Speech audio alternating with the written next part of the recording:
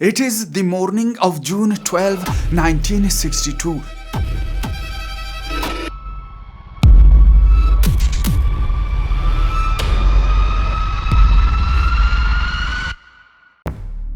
The guard in the prison is waking up the prisoners, yet 3 of them remain lying in their beds, not waking up. The angry guard moves toward the cell of a prisoner, Frank Morris, and shouts at him, but still he does not wake up.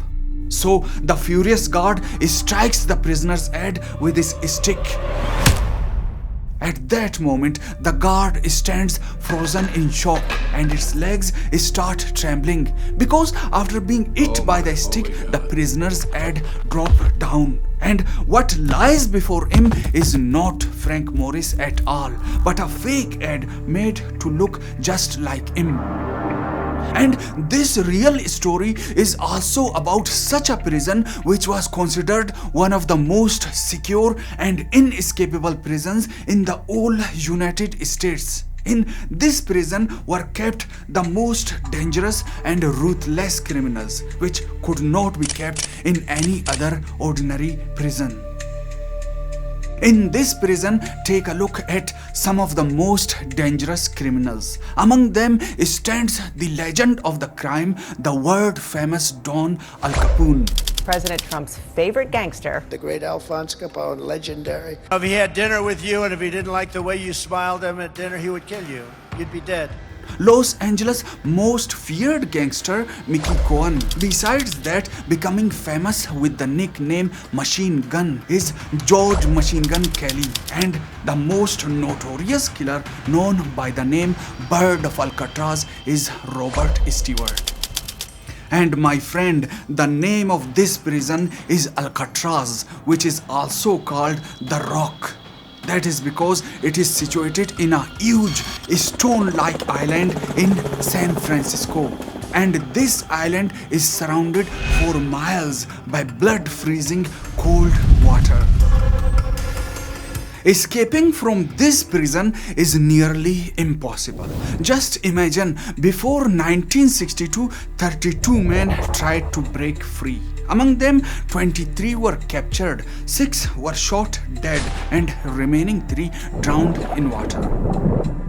But the 3 prisoners who broke out from Alcatraz did something so extraordinary it is hard to find anything like it, even in Hollywood movies. And the mastermind behind these 3 men was not any ordinary person, but he was Frank Morris, the person known for his sharp mind and intelligence.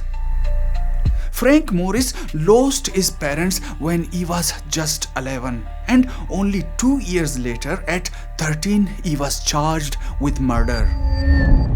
Morris was such an escape artist that he had already broken out of 3 prisons, and so he was called the Houdini of prison system, meaning an expert at escaping prisons. And therefore, this time he was sent to Alcatraz, the one place where no one was supposed to even think about escaping. But when Frank Morris arrived there, he was thinking only one thing: how to escape this prison. The moment Frank Morris arrives in the prison, he starts planning his escape. He did not only start understanding the prisoners and the guards, but he also started examining everything around him, like the kind of birds living on the island and even the direction the wind blows. Right next to Frank Morris' cell number 138, there are 3 more men locked up: John Anglin, his brother John Clarence, and Alan West. Since the cells of these 3 men are close together, they can easily talk to each other at night.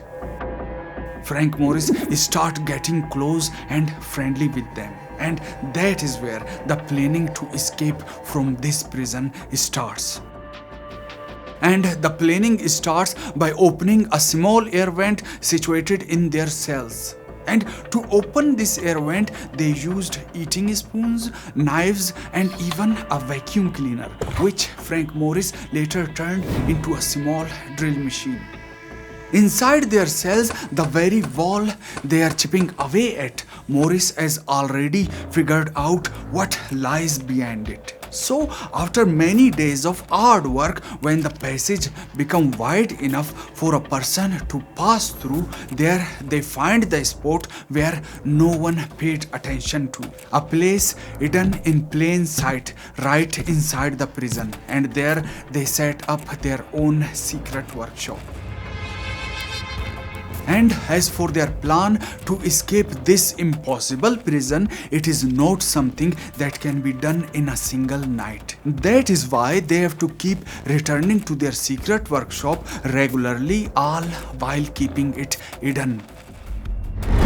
And to hide this hole in the wall, they used magazines from the prison library and crafted a patch, coloring it to match the same texture and shade.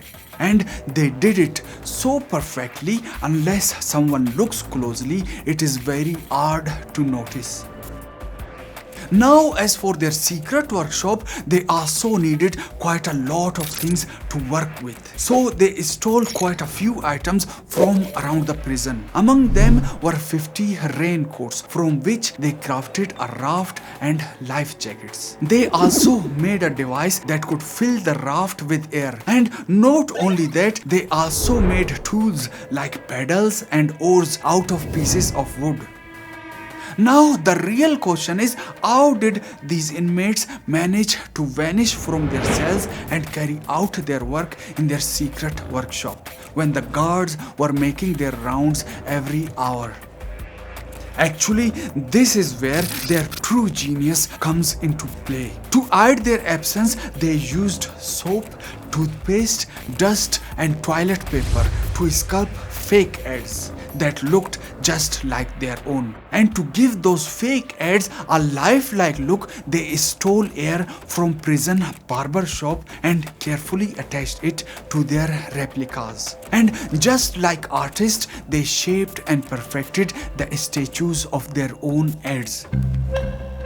They place those fake ads on their pillows and shape the rest of their bodies with rolled up clothes, so that to anyone glancing in from outside it look as if they are lying there fast asleep. After many days of preparation, they are finally ready to make their escape. But one last obstacle still stands in their way. 30 feet above them is an air vent sealed with thick iron bars. First, to reach that height, they used the plumbing pipes like a ladder. And to break it, they used the small drill machine they had built in their secret workshop. And like that, they also broke open the passage on the roof. At last, on the silent night of June 11, 1962, their plan was complete and it finally set into motion. That important night, their fourth partner, Alan West, couldn't make it out on time, but the other three decided to move forward. After reaching onto the roof, they slipped past 6 watchtowers, each manned by guards day and night, under the orders to shoot on sight any prisoner who tried to escape. After that, they also climbed 2 barbed wire fences, each 12 feet high, and then they set off toward the shore of the island. After reaching the water edge, the moment had finally arrived to put to use the life jackets and the boat they had built in their secret workshop. They filled the boat with air and just like that, they vanished quietly into the dark of the night. By the morning of June 12, 1962, when the prisoners had already escaped, who knows how far, it was then at 7 a.m. the guards discovered their fake ads. The prison alarm rang out and the whole prison went into lockdown. Hundreds of police along with the FBI and the Coast Guards searched the nearby area for days, but they found neither the prisoners nor their bodies. Long afterward, the authorities concluded, or so they claimed, that the prisoners had probably drowned while trying to escape.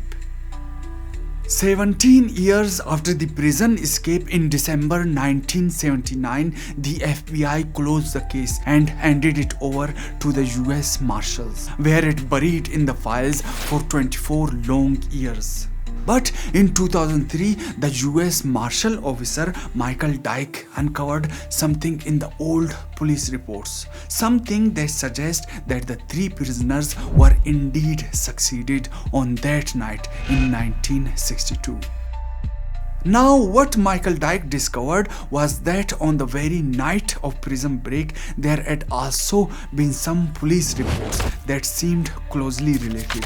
Among them, one filed by a man reporting the theft of his car, a 1955 blue Chevy. There was also an eyewitness report claiming that three men had been spotted in a blue Chevy car.